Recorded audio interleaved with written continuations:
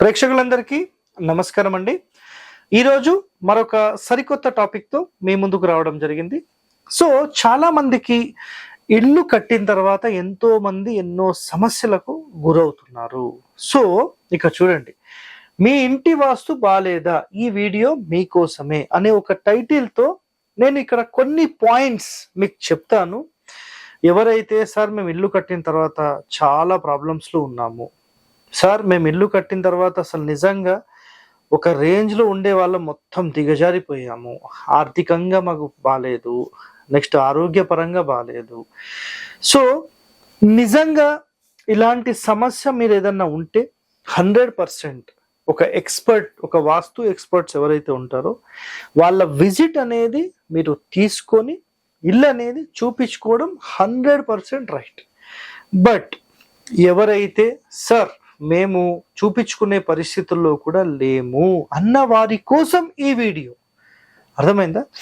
So ఇక్కడ కొన్ని points నేను ఒక్కసారి మీకు చెప్తాను, నిజంగా అవన్నీ సరిగ్గా ఉన్నాయా లేదా అనేది ఒక్కసారి మీరు చూడండి. సో 100% గనక ఇవి కరెక్ట్గా ఉంటే మీకు కొంత ఉపశమనం అనుకోండి, లేదంటే నేను చెప్పిన పాయింట్స్లో మీకు ఏదైనా తేడాలు ఉంటే నిజంగా మీరు అవి సరి చేసుకోగలిగితే కొంత బెటర్మెంట్ అయితే వస్తుంది. ఓకేనా? సో మొట్టమొదటి పాయింట్, ఒక ఎగ్జాంపుల్లో ఇది నేను ఇక్కడ డైరెక్షన్స్ గురించి ఏమీ చెప్పనండి, నేను జస్ట్ ఒక ఇల్లు చూపిస్తాను అంతే. ఎందుకంటే మళ్ళీ ఒక్కొక్క ఫేసింగ్ ఒక్కొక్కటి చెప్పమంటారు.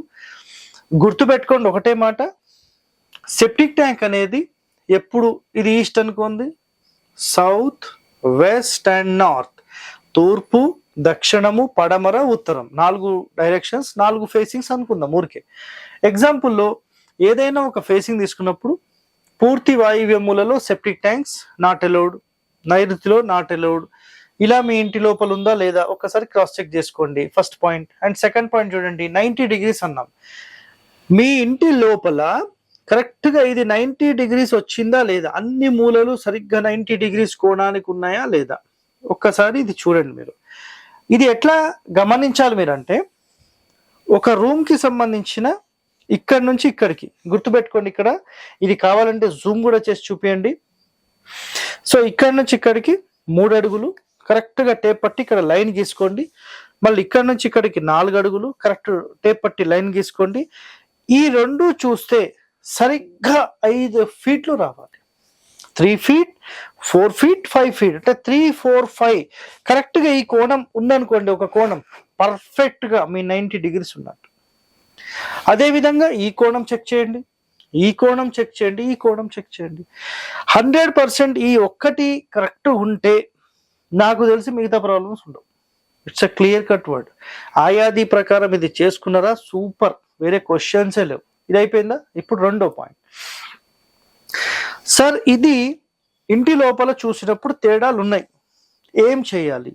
కరెక్ట్గా ఇక్కడి నుండి ఇక్కడికి ఎంత డిస్టెన్స్ ఉందో ఇక్కడ ఈ మొత్తం అంతే డిస్టెన్స్లో మెయింటైన్ చేయాలి. అంటే మీరు ఒక ఇల్లు అనేది కరెక్ట్గా బాక్స్ షేప్లోనే తీసుకోవాలండి. మీ ఇష్టం వచ్చినట్టుగా నేను ఒక చోట ఈశాన్యం పెంచుకుంటా, ఒక చోట వాయువ్యం పెంచుకుంటా, ఒక చోట ఆగ్నేయం పెంచుకుంటా అంటే కాదండి. అక్యురేట్ 100% మీరు పర్ఫెక్ట్గా దీన్ని తీసుకోవాలి. ఇది ఒకటి గుర్తుపెట్టేసుకోండి, అర్థమైందా ఇది? సో ఇది మొదటి సూత్రం.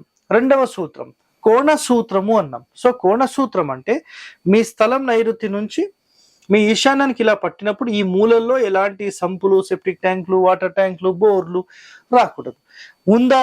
100% ఇది మీకు డ్యామేజ్ చేస్తుంది. ఈ లైన్లో పడద్దు, ఈ లైన్లో పడద్దు, ఈ లైన్లో అసలు ఈ ఏరియాలోనే రావద్దు. సింపుల్ కండిషన్, ఓకేనా? అదేవిధంగా డోర్ ప్లేస్మెంట్ అన్నాం. సో మీరు సరిగ్గా మధ్య ద్వారం పెట్టుకున్నారా, లేదు 3వ స్థానంలో జయంత స్థానంలో పెట్టుకున్నారా, ఇంద్రస్థానంలో పెట్టుకున్నారా? సో ఇక్కడ మీరు గమనించండి, 4వ స్థానమా, 5వ స్థానమా, 3వ స్థానమా, 1, 2 అయితే మనం ముట్టుకోం, అది వదిలేసేయండి. సో సరైన ప్లేస్లో మీ ద్వారం ఉండడం అనేది చాలా చాలా ముఖ్యమైనది. ఇది ఒకటోది. రెండవది, ఈ ద్వారం ఎక్కడ పెడతారో మళ్ళీ దాని ఆపోజిట్లో ఇంకొక ద్వారం పెట్టడం కానీ, కిటికీ పెట్టడం కానీ, ఇది పర్ఫెక్ట్గా మీరు చేయాల్సిందే, వేరే క్వశ్చన్సే లేవు. అర్థమైందా పాయింట్? రైట్.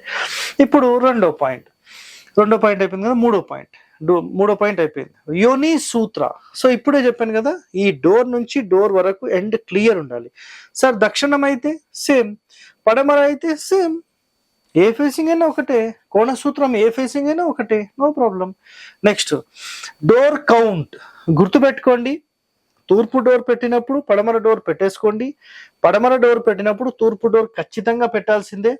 దక్షిణం డోర్ పెట్టినప్పుడు ఉత్తరం డోర్ పెట్టేసేయండి, ఉత్తరం డోర్ పెట్టినప్పుడు దక్షిణ డోర్ పెట్టేసేయండి. దీనికి మించిన సూత్రం శాస్త్రం ఇంకా ఏమీ లేదు. సింపుల్ గా చెప్పాలంటే 4 ద్వారాలు ఇల్లు అన్నిటికంటే టాప్. సింపుల్, ఒకటే ఒక స్టేట్మెంట్ అయిపోయింది. డోర్ కౌంట్ లో గుర్తుపెట్టుకోండి, ఈ బయట ద్వారాలు మాత్రమే మీరు ప్రధానంగా క్యాలిక్యులేట్ చేయండి, ఇంటి లోపలవన్నీ సెకండరీ. ఓకేనా? బయట డోర్లు 3 రావచ్చా? రావచ్చు. తూర్పు రావచ్చు, దక్షిణం రావచ్చు, పడమర రావచ్చు, నో ప్రాబ్లం. నెక్స్ట్ దక్షిణము, పడమర, ఉత్తరం రావచ్చా? తూర్పు మళ్ళీ ఖచ్చితంగా ఉండాల్సిందే.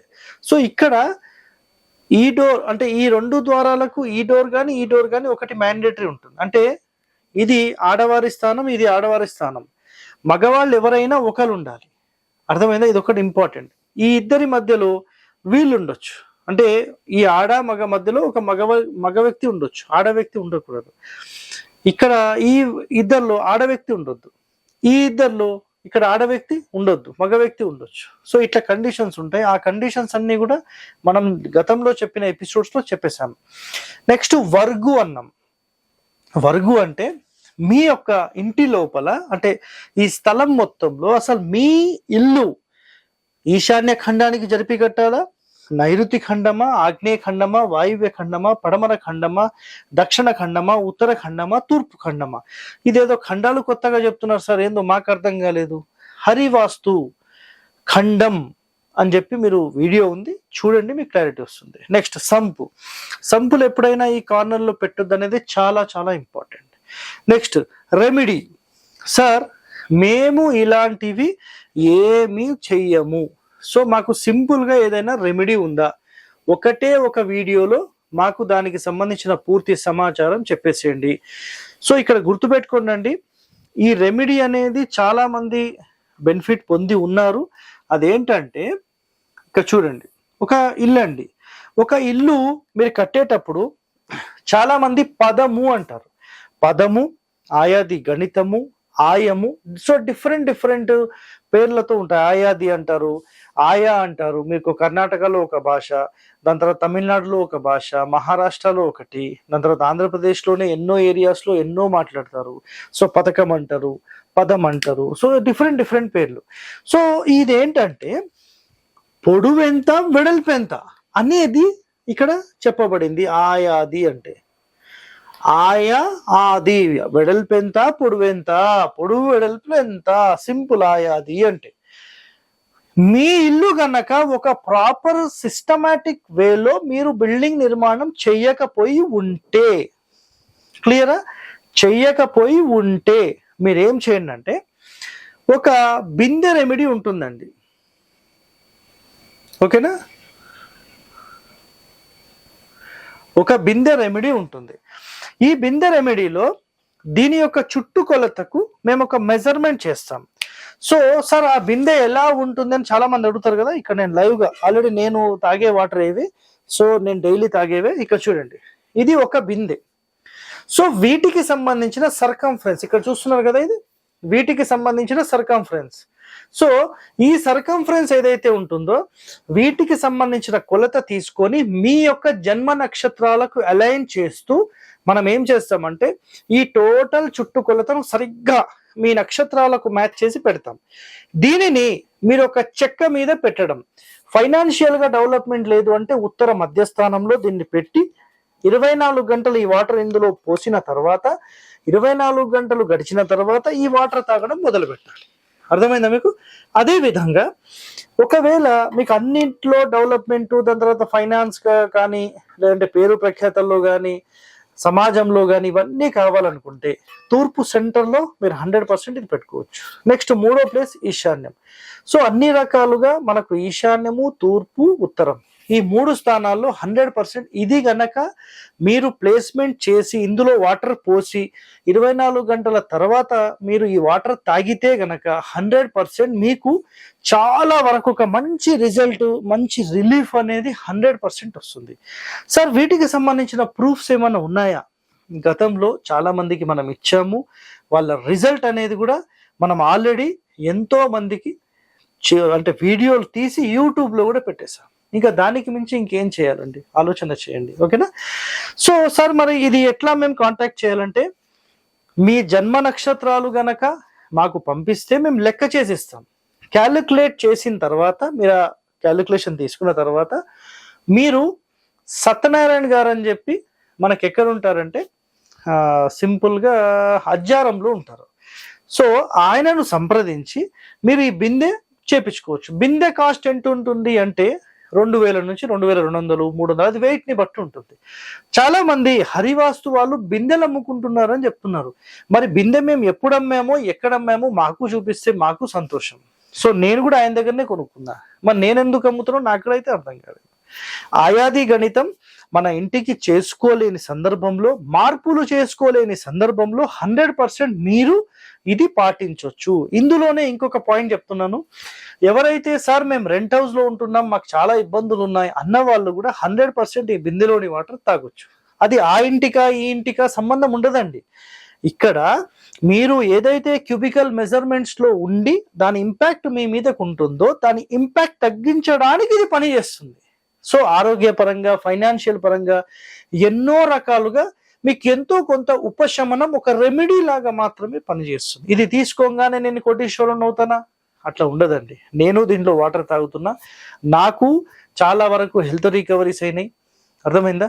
సో నేనేదైతే చాలా హెవీ ట్రావెలింగ్ చేస్తుంటాను, ఎప్పుడు మెంటల్ టెన్షన్ ఉంటుంది, అదంతా రిలీఫ్లో ఉన్నాను. నిజంగా చాలా రిలీఫ్లో ఉన్నాను. అదేవిధంగా ఫైనాన్షియల్ అంటారా, ఇక మీరు అందరికీ తెలిసిందే. ఓకేనా? సో ఇలాంటి వాస్తు రెమెడీస్ కానీ ఇలాంటి ఎంతో ఇన్ఫర్మేషన్ మీరు తెలుసుకోవాలంటే stay tune to our channel. Thank you అండి. ధన్యవాదాలు.